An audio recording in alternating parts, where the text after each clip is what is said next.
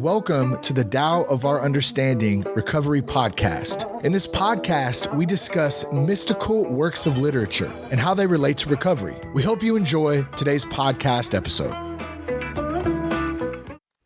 Hello, this is Buddy C. Welcome to the Tao of Our Understanding Recovery Podcast. Today we have Brian and Drew. Good to have you guys. We're going to discuss the 74th verse of the Tao Te Ching and how it relates to our recovery. I do want to make one announcement. One of the resources you can find at buddyc.org is a free daily Tao recovery meditation. And what I've done, I've taken all the things am taking all the things that we talk about. I'm putting those in devotion bite-sized pieces. And for most, I'm adding an AA quote or some other related quote with an affirmation and a definition of love, because for me, I limited what I thought love was. And so we call that love described, where I'm adding that to those as well. And I think I've got a final format, and I'm going to eventually publish these daily devotions into a daily devotional book. Hopefully sometime this upcoming year is what I would like, but we'll see. But you can always get the same devotion from the website for free. I'm not going to play that game. So you guys, it's there to help folks, and I'm going to make it available in a book in case some people would prefer that. So we've actually got, I think, almost as many people getting the daily devotion as we do downloads of the podcast. So a lot of people are taking advantage of that. So I feel fortunate and grateful. All right, the 74th verse of the Tao Te Ching. Let's start with Stephen Mitchell, please. All right. Verse 74. If you realize that all things change, there is nothing you will try to hold on to. If you aren't afraid of dying, there is nothing you can't achieve. Trying to control the future is like trying to take the master carpenter's place. When you handle the master carpenter's tools, chances are that you'll cut yourself. Thank you, Drew. Brian, you going to read us Derek Lynn? Yep. 74. People do not fear death. How can they be threatened with death? If people are made to constantly fear death, then those who act unlawfully, I can capture and kill them. Who would dare? There exists the master executioner that kills. If we substitute for the master executioner to kill, it is like substituting for the great carpenter to cut. Those who substitute for the great carpenter to cut, it is rare that they do not hurt their own hands. Thank you, Brian. Thank you. I'm going to read Jonathan Starr. If people do not fear death, why threaten them with it? But suppose they did fear death, and this was the fate handed to lawbreakers. Who would dare to do the killing? There is always a Lord of Death. He who takes the place of the Lord of Death is like one who cuts with the blade of the master carpenter. Whoever cuts with the blade of a master carpenter is sure to cut his own hands. I don't know about this executioner business. That kind of throws me It's pretty dark. It is, isn't it? Usually we might have one that's dark like that, totally, but we've got two. In my interpretation, and I call this one the cycle of life. All beings are part of the cycle of life. This cycle of life and death manipulates every part of our existence, including relationships, jobs, friends, etc. If we can learn to live free of the fear of death, we can experience peace and joy regardless of circumstances. How does our fear of death influence our choices? Do we limit our abilities by trying to control the outcome of our decisions? How do we destroy others with our actions? Do we hold on to dead relationships or jobs instead of being grateful, letting go, and looking for the new birth that is coming? Our attempts to keep alive what has died are always fruitless and many times disastrous. Hmm. Let's use Stephen Mitchell. I think we've got enough good stuff in Stephen Mitchell that we can glean from. If you realize that all things change, there is nothing you will try to hold on to. That so much relates to recovery and acceptance, which we find is, well, the big book says acceptance is the answer to all my problems today. And it's about accepting in this moment and letting go of that need to control. It's just in this moment. And when I accept things as they are, I can more clearly see if there are things to change. Doesn't mean that we don't make changes. It just means that's not acceptance for me. Acceptance is not saying that, well, it's just the way it is. There's nothing I can do. Pull a Eeyore on it. Drew? Yeah. Uh, as far as that bit about acceptance being accepting the accepting things the way they are, so you can see what you can change. I think that's a misconception that I had about acceptance was what you just said. Acceptance, the difference between acceptance and resignation. Or giving up? Yeah. Oh, I'm sorry. Congratulations. Drew got married last weekend. Yeah, last week. A few. Yeah, on Sunday. Congratulations. Thank you. Happy for you and your bride. I know y'all been together a while, but I'm glad y'all finally made the move and had great reasons to do so. So thank you. Yeah, appreciate it. Thanks. Sure. Go ahead. I'm sorry. I didn't mean to interrupt. No, that's fine.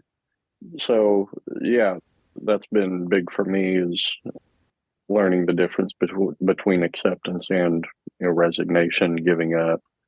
That's definitely a misconception I had about acceptance. And as far as these lines go, I think they do really speak to sobriety, at least as far as one of the reasons why I was caught up in the cycle of addiction. If you realize that all things change, there's nothing you'll try to hold on to. And for me, I know I would I felt like I could keep these good feelings going on forever if I just kept using my substance of choice. Or if I felt poorly, I needed to escape it immediately, because I felt like if I felt poorly, then I'd feel poorly forever. But realizing that the good feelings aren't meant to last forever, and that the bad feelings don't last forever. In the beginning, after quitting, the cravings don't last forever. If you sit with them for long enough, they'll go away on their own. Realizing that the good comes, and appreciate it when it's here, and let it leave when it's time for it to leave. And the bad feelings come sometimes, and there's a reason for them, and they'll eventually leave. Or, like we were talking about, accept the bad feelings rather than fight them or wish things were different. If I can just accept the bad feelings are there, then that will lead me to look to see, is there something behind them? Is there something I can change right now? Do I just need to eat something rather than fighting the bad feelings? Not trying to hold on to the good feelings or hold on to keeping the bad feelings away. That's been really important for me in sobriety. Thank you, Drew. Another way to look at that first sentence, I think, too, is if you realize that all things change, there's nothing you will try to hold on to. Another way I think that could be expressed is that if I know things are not going to give me peace and joy, then I will not try to hold on to them. That's more of that looking external for that satisfaction in life that's not there. It's not in the externals. We know that. We've talked about that over and over again, that the externals can't give us satisfaction, not lasting, nor can externals take our peace and joy. They can't give us peace and joy, nor take our peace and joy.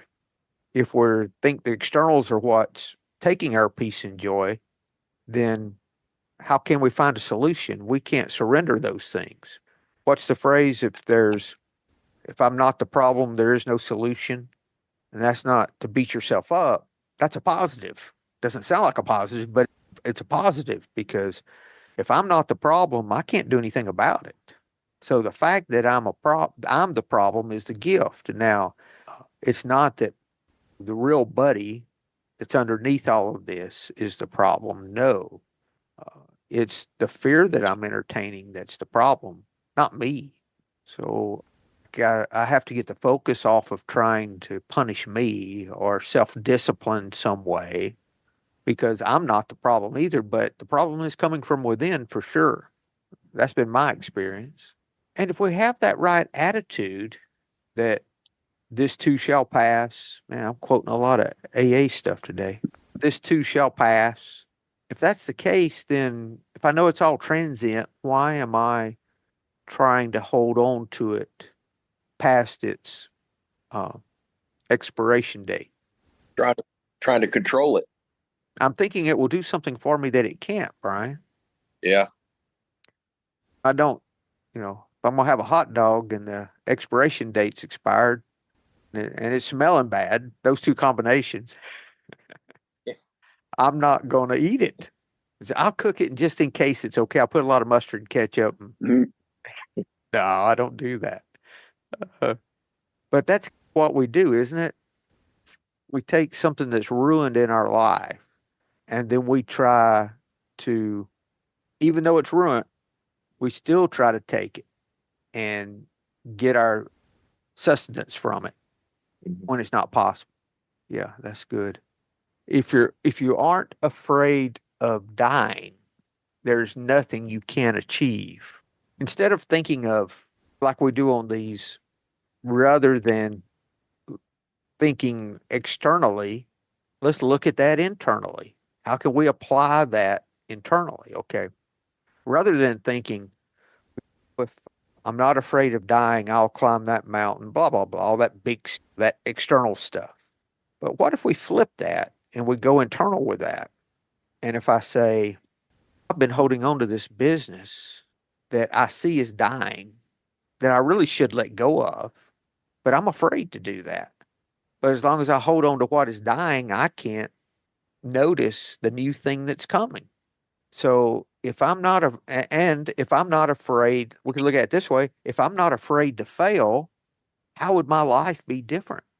I think that's an application of that too. How many times I can speak for me, stay in a relationship even that dead. Not speaking to you, Drew, for sure. You just I'm not implying, Drew, I promise. And you just No, stay I've there. done that. Yeah, I don't know who hasn't. This isn't going to work, but you're afraid of being alone or whatever, Uh-huh. or it is, or you like showing them off.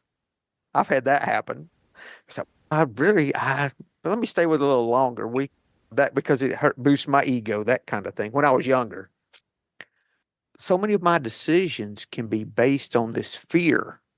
That's what that is. If you aren't afraid, how about this?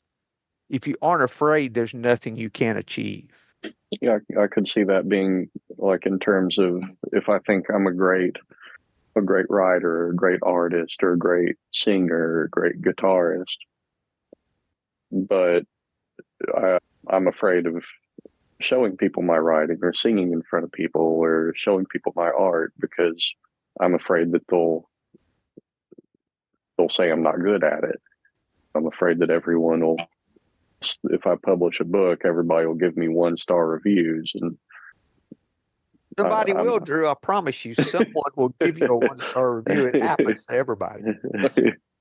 But yeah, if I'm afraid of hearing some proof from somebody that I'm not as good as I think I am, then that's going to lead me to just hold everything in and not ever show anything to anybody, not share any gifts or talents that I may have. So if I'm not afraid of having my ego knocked back a little bit, then I'll be more willing to share and take constructive criticism as constructive criticism rather as personal attacks on me, and I've definitely been in this situation myself. So this isn't coming from nowhere. Yeah, this one speaks to me quite a bit. Thank you, Drew. Brian? Yeah, when I started reading this, first thing I thought about was fear and where I was before I got into recovery and some other help. Man, I used to spend I didn't realize all this stuff was an inside job. And so I was using all the external stuff to try to fix it. And when I would find what I would think was a solution, then I would be afraid of losing the solution. And like I was thinking about, and I'm getting pretty vulnerable here. I was in such a place with so much fear. I can remember driving down the road and noticing the odometer ticking away on my truck. And I'm thinking each one of those ticks is closer to that point of I'm going to need a new vehicle. Does that make sense? Mm-hmm. Does. Please tell me it does. It does. and that's where I was. And I finally just had to get to a point of surrender, of brokenness, that I just had to let go, that I can't control this shit. Brian's will is a big problem in Brian's life. And I've had some instances where I've thought, well, man, if I could just do XYZ, or if I could have XYZ, everything would be okay. And then years later, I'm like, thank God I didn't get XYZ. Mm-hmm. Or I don't have to worry about, I just have to focus on today. Do you still have that truck? Oh, no, it's been wore out. I got another one. Was that process as bad as you had feared? It has been. I struggle with financial insecurity. Mm-hmm. And I can start telling myself I need to be backed into a corner with a sharp stick and a barrel of money, and then I'll be okay. And that's not a good place for me to be. So I do a lot of driving. So that's probably 3 trucks ago. Yeah. So thankfully today I don't really worry about it. Good. If we don't surrender to that fear, it's just going to show up somewhere else. Talked about that before. When I couldn't pay my bills, I had a fear of not having money to pay my bills. Once I had a couple, 3 zeros in the bank, then I was afraid of, how am I going to hold on to this? The fear was the same. It just jumped. Yeah. It just jumped. Yeah. I used to have fear of running out of time. Running out of time. That one's not one of mine.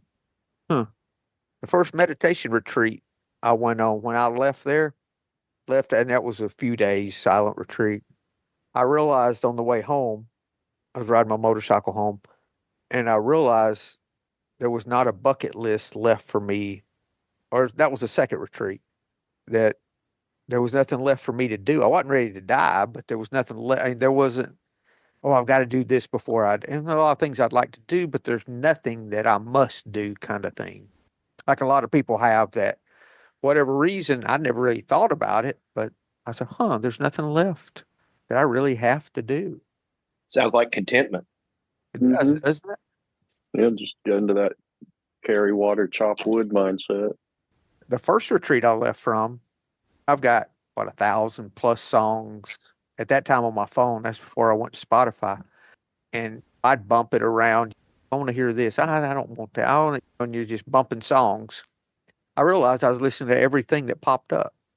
I wasn't fast forwarding through anything. Wasn't doing it on purpose. Just my level of surrender, my level of holding on had diminished. Yeah, not wanting to find something better than what you're listening to right now. Hey, try this sometime if you haven't done it lately. Turn on the radio and just listen to the radio. I did not realize how difficult that can be. Because it's not difficult for me until it gets to the commercials. yeah, but a song will come on I don't really care for. it's in the genre of music I like, but a song may come on and I'm like, I don't want to hear that. I said, but used to, that's all I had to hear. Mm-hmm. There was Yeah. no bump. I could bump to other stations. But you had like 2 stations, 3 stations that play when the genres of different genres of music. So that's normally the case. So you bump around those stations, but that's about it. And the worst was when you bump to another station, it's the last 10 seconds of a song you really do. Yeah. Yeah. But man, if I'd only gone to that station 3 minutes ago. Yeah. When we approach any situation from a position of fear, we're really going to hinder ourselves. And then the next phrase he says, trying to control the future. So when we're afraid of dying, when we don't realize all things will change, what we're doing is trying to control the future. So when you're trying to control, that's what this is talking about. And it says trying to control the future is like trying to take the master carpenter's place.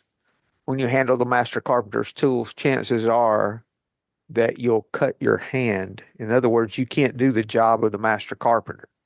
No need to try. When I try to control how I'm going to feel in 5 minutes, back when I was, in the middle of addiction, that was a lot of the reason why was I was afraid of how I'd feel in a few minutes. I wanted to keep a good feeling going, or I was afraid of a bad feeling sticking around for longer than half a second. So that's definitely what I was doing, trying to control the future. And yeah, it did not lead to good things. Thank you, Drew. How about this? Taking the place of the master carpenter would be like trying to control what I am not qualified to control. I do not have the ability to control the future in the same way that I can't step in and have a guy building an addition on the house and just go home. I'll take care of this when I know nothing about construction, if that's the case. And the whole issue before was I was trying to play the part of the master carpenter in my life, is what I was doing as a result of my fear. And all I knew to do was to look at the things outside of me to pacify that fear. And it didn't work. And that's how I ended up in recovery, was because I started drinking to pacify those fears. The fear gave me the misperception that this external was the problem. It's the fear that caused me to see it that way. So when I removed and how did I remove the fear? That came from working through the steps, 4 through 9, going through the process, working those steps allowed me to do what I decided to do in the third step, which is turn my will and life, let go of my will and life and turn all those cares over, let all those cares go. It's interesting. For me, I found out it wasn't important who or what I believed was happening as long as I quit trying to control. And from my experience, you could do this without I believe anyone could do this even without a God belief of some kind, if they choose to start living compassionately, if they take the action that is suggested in recovery, not just think about themselves all the time, because the whole point is getting the focus off of you, and you start helping another, then your life changes. And when I help another, what I'm really doing when I'm helping another, not focusing on myself, I am turning my will and life and my cares over, because I'm not fixated on fixing me. And the thing is, I don't have to do that except in this moment. The only time I don't drink is in this moment. It's not next week. It's not when I go on vacation. It's not any of those things like we try to go out in the future with. But none of that is where I'm supposed to be living. None of that. Or living in the past. Hmm. Yeah, the big question for me out of this is, what is it that I'm holding on to that's already died? And maybe even more so would be, what am I tolerating in life because of fear? I had an employee one time that was a top producer, I let her get away with anything because I didn't want her going somewhere else. I should have fired her ass a long time before I did. But I was afraid to. I let the tail wag the dog, so to speak. Mm-hmm. And that doesn't work. She wouldn't park where the other employees had to park. She wouldn't. All those little things that happens. She was finally caught stealing, taking down someone's sign and putting hers up, kind of thing. That's little childish things. That's when I was in the real estate business. I made a lot of money off of her, but finally just let her go, which I should have done a long time before. I can look back and see a lot of decisions I've made based on fear of loss. I mean, lots of areas of life, relationships, businesses, investments, just all kinds of things that I would make fear-based decisions rather than knowing that this is going to pass and looking at it from a view of, has this died yet, more or less? Is this dead? And I'm just holding on to it, trying to revive it, and it's not happening. And I can't grasp the new thing until I do. Let that go. It's like standing out in the stream or in the river, let's say, and something comes by, and I don't know, anything that would pass me in the water, and I want to look at it. If I stop it as it's coming by, the longer I hold on to it, the more effort it takes. And then if there's something else, I can't grasp it with all of my effort trying to hold on to something that's wanting to pass on by. That visual really helps me with this whole scenario because I find myself in the past, and I still do it now, not as much, but I can look back and see a lot of times I've done just that. And if the other thing is already passing me, I've already lost it because the time of holding on to it gently without effort is gone already. Brian? I was thinking about, I believe it was last week we were talking about the Titanic sinking and the musicians playing while it's going down and like nothing to see here. That visual came to mind for me. And another thing I was thinking about was I spent a lot of time thinking that I could correct the past. If I could just do this, then I'll be okay. And the past won't matter as much because I've overcame that or corrected that some way and fixed me. And that's a hell of a hard spot to be in. It'll drive you crazy, make you bald headed. Thank you, Brian.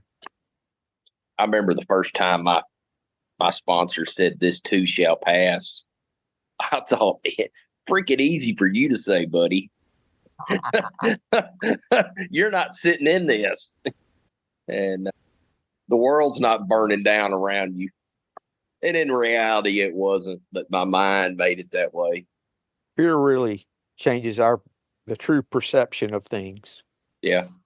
Have you heard of the fears of false evidence appearing real? That's a good one. Reminds me when my son was little and he was playing in the sandbox and building all this stuff, and his sister that was 2 years younger, she was just barely walking. She'd come along and knock it down. And he was so upset because it was so important what he was doing. And he just get so, crying and upset about his thing when he was real little. And I was like, how much of my life, even at that time, I knew, I behaved the same way. Yeah. That's good. That's that inner child stuff. I don't know if you're familiar with that. Yeah, I just don't like that phrase. But anyway, I think it's all that though, Brian, not just part of it. And it's not, if there's actually a Bible for that if we don't approach the kingdom of God as little children, meaning, I think that's going back to the third step too, turning our will and our life over the care of God as we understand God. Mm-hmm. What's the responsibilities of a child? I know my children, I can only speak from my experience. They would share the gifts they have, Mm-hmm. do what I asked them to do, be kind. Was there much else? I don't think so. When my son was in first grade, when he got home, when we picked him up from school and he got home, he didn't stand at the door and say, "Is it okay if I come in tonight? Can I have some dinner?" That would be ridiculous. But do we not? I know for me personally, I can behave that same way even now. I think that it's that dependence of a child. That's the whole point. It's not that we grow out of it, it's that we return to. If I'm talking inner child as if something I've got to fix, um, we always find it when we do our fourth and eighth steps or fifth and ninth and all of those, all of our amends and all those things. There's things that need to be healed, yes. But I believe that all I can do is become more dependent, not less. Doesn't mean I do nothing, not at all. It's hard sometimes, many times, to do what compassion calls me to do. I'd much rather show my ass at times than do the next right thing. Never a time have I recall that I showed my ass, got angry, and it helped anything. Now, doesn't mean I don't take action, but I can do that without all of that hoorah. Drew? One, I don't have kids, but I find myself around them a lot because there's a nature preserve a few blocks away from me, and I'm on the board of directors for it. I go there every day, really, sometimes multiple times a day. And there are often families there with little kids. And I find that the kids who are in the 2 to 3 to 4-year-old range, they're just honest with me. Just, they don't lie. They're not hiding anything. It's a nature preserve, so we have a lot of rules there because the primary focus is to preserve the nature that's there. Hey, We have also you have, had to fuss at the lady lately that won't keep her dog on the leash? I haven't seen her lately. Okay, just checking. No, but about a week ago, I was walking through, and one of our little signs that asks people to stay on the trail was just torn to shreds, little bitty shreds. And there were a couple little boys and a mom there. And I said, "Was this sign like that when y'all got here?" And the mom said, "Yeah, it was like that when we got here." And one of the little boys said, "No, he and I just did that." And I said, "Really?" And your mom's looking around, Oh, what? Tell me about that. And they said, we saw it and went up to it and just started tearing it apart. I was like, "Why did you do that?" I don't know. That's our sign. We need that sign to help people stay in the places that'll help the plants grow." And they both looked really sad, and one of them went and hugged mom, and mom said, "Is there something y'all can do to maybe help with this?" And I said, "Yeah, why don't y'all come help me pick up the little pieces? That would really help." So they came and picked up the pieces, and they were both sad, and I thanked them and I hugged them, and they weren't in trouble. I didn't yell at them. I didn't scream at them. I was really thankful for them being honest on mom. I think that's one of the lessons that from that Bible verse you quoted, buddy, about coming in as a child. Just being honest, just not not trying to control the future, not Coming from a place of fear, really, Drew. Yeah, not coming from a place of fear. That mom was acting in a place of fear. Yeah. Oh, what's going to happen?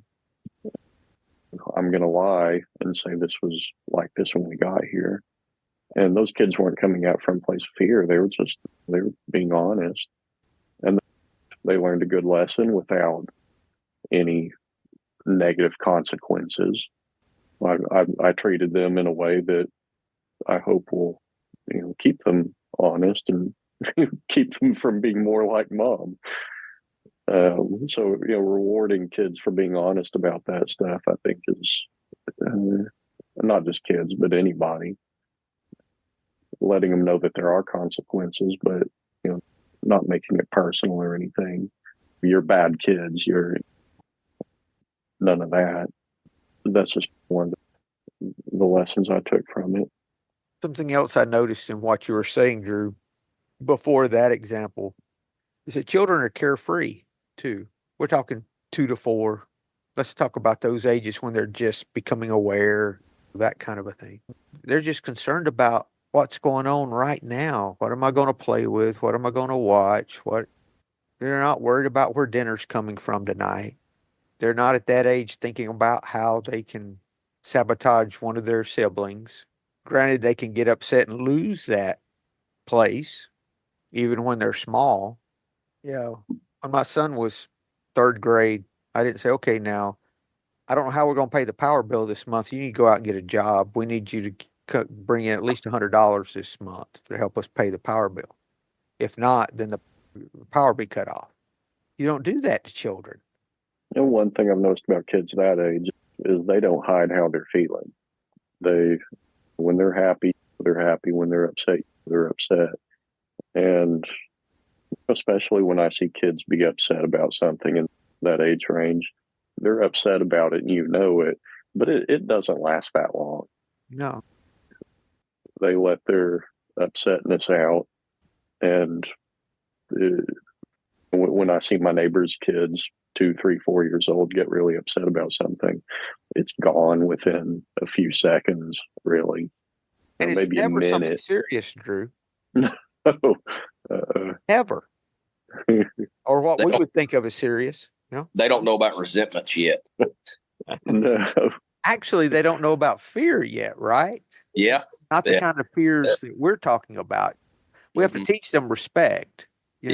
That's different. That's not what we talk about when we say fear. We're talking about those internal fears that affect our life, not, don't walk out in front of traffic. Yeah, ego-based fear. Yeah. Not respect fear. Mm-hmm. Yeah. You can even teach them those things without being too difficult. My son would get out on the carport and practice his skateboarding without his helmet on, without his helmet.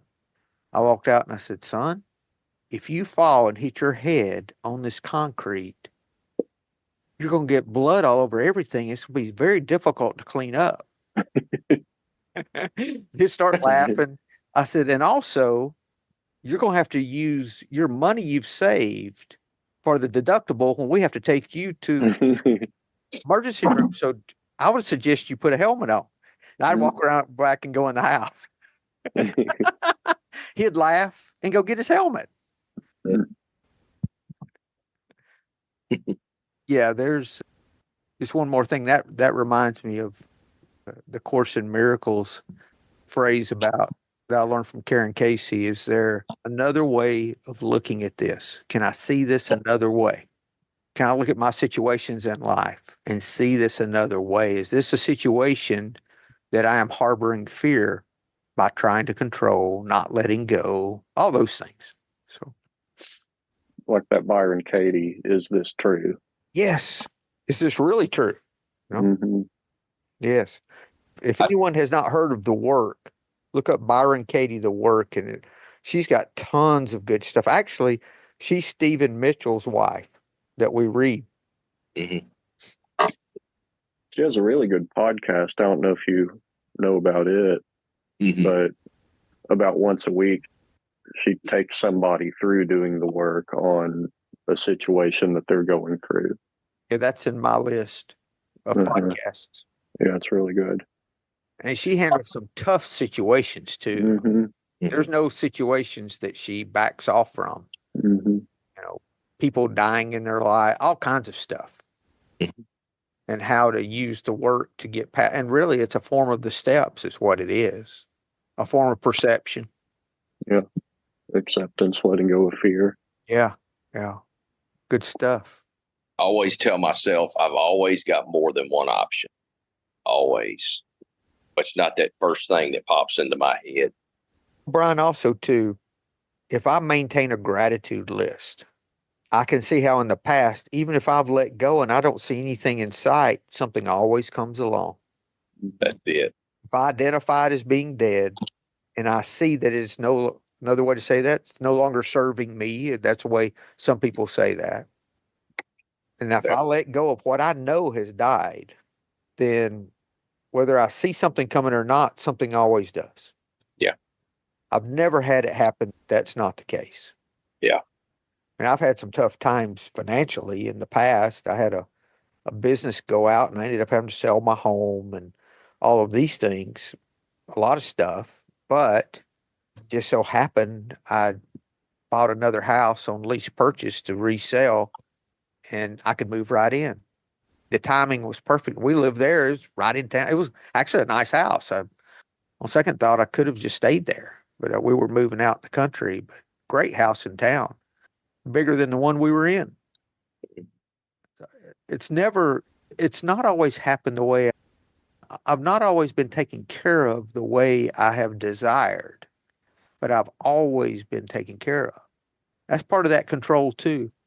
Mm-hmm. Missing opportunities because they're not in the form that you're looking for. Sometimes I've been afraid to look outside of my comfort zone. That's part of this too. Mm-hmm. Thank you, guys. Thank you, buddy. Drew. Anything Yeah, else thank today? you. It's been a good conversation. Yeah, very good. If that's it, guys. That's it. Y'all have a great week, and Yep. we'll see you next week. Thank you. And Yep. Drew, Okay. congratulations again. Yeah. I appreciate it. Hello, this is Buddy C. I wanted to make you aware of several recovery-related resources that I've posted in the episode description. These resources include a list of recovery podcasts, a free sober meditation app, daily recovery email, shared Google recovery calendars. Hope you put some of these resources to use and have a great week. Thank you for listening to the Tao of Our Understanding Recovery Podcast. If you enjoyed this episode, please share it with your friends in recovery.